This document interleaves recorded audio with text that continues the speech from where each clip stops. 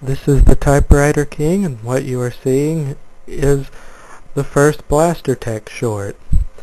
What's happening is that the hero I picked out, named Philip McKillop, is leading shock troops in to liberate a POW camp. What makes this different is that the shock troops he's picked out are, of course, all veterans that normally would go home, maybe teach at academies. He's keeping them out in the field as experienced vets.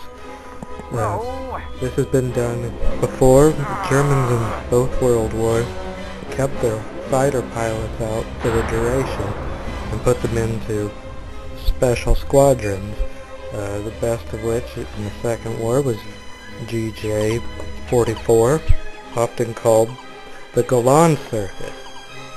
The argument at the beginning is over what McKillop plans to do once he liberates the POWs. He plans to press them into service almost immediately, getting a little nutrition first before pressing them into the field. The State of Israel did this in 1947 and 1948, putting Holocaust survivors up against forces of Transjordan. It was controversial within the Israeli community, but it went forward. You're never really prepared for remote access to turn off your service Android. I thought this beating thing might be too brutal, but it tests well. Spin guns in space. I love it. I think it works though. I really like the battle scenes and how they turned out here.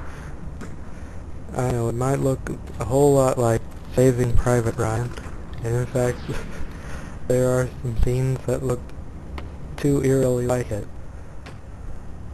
I thought the fog was a very nice touch to add to this urban fighting scene. This is all a prison complex, and unfortunately you don't get to see prisoners liberated. This is cut very short, I guess. Maybe I should have made a longer film. I also thought this sniping scene is too long. McKillop is a designated marksman. I guess that would make him a match for a prison sharpshooter. After the intense fighting scenes, the group leaves. You can see their exfiltration under the flying saucer, through the fog and the smoke of war. And you don't really see the prisoners, do you? Once up into the ship, and McKillop is back into his spaceship uniform. He does the captain's log thing, which I had in mind from the start. And the credits start rolling. And this will hopefully spawn a franchise of novels. Thanks for paying attention, and glad you watched it. Feel free to join in if you feel like it, and invite everybody you can.